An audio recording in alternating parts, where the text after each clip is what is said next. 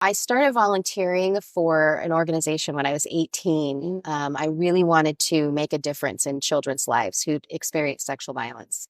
And so that was my first volunteer job. I would sit with kids and have, fun little playful activities for them while their parents were accessing therapy. I was still living with my grandmother. I was attending a community college down near San Diego.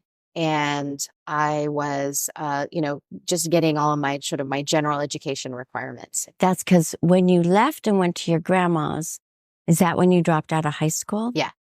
I tested out, but then I immediately started taking classes. But you were allowed to regroup. I was given the space to be heard, to be seen, and to heal. And then that's where curiosity started to come in. And so I started taking classes. And I took this class at this community college down near San Diego, and it was called Quest for Identity. And it really looked at, your development and all of the things, attachment, and all of those things that young people onboard from their parents, what their parents got. And then it was, really wanting to be curious, like, what's next? What are you going to learn from your experiences? What are you going to take with you? And then what are you going to do differently?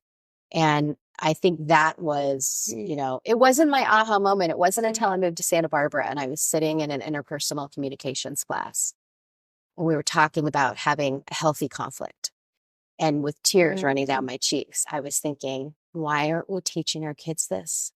Why aren't we giving them these skills to identify unhealthy and then to practice healthy relationship skills? And I think that was my aha moment around, I want to do this for others. So did you graduate from community college in San Diego and then go to UCSB? I got a few credits from the community college down in San Diego and then moved here to Santa Barbara and started going to City College. And you moved here because? I moved here. I followed a boy to Santa Barbara. He got accepted to UCSB. And so I was madly in love at 19. I thought I was.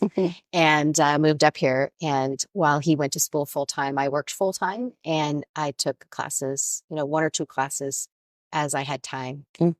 And then so I eventually, I tell people I was on the 10-year track. I eventually finished all my undergraduate work and then transferred to Antioch University and did my undergraduate degree in communications and then stayed on and did my graduate degree in psychology.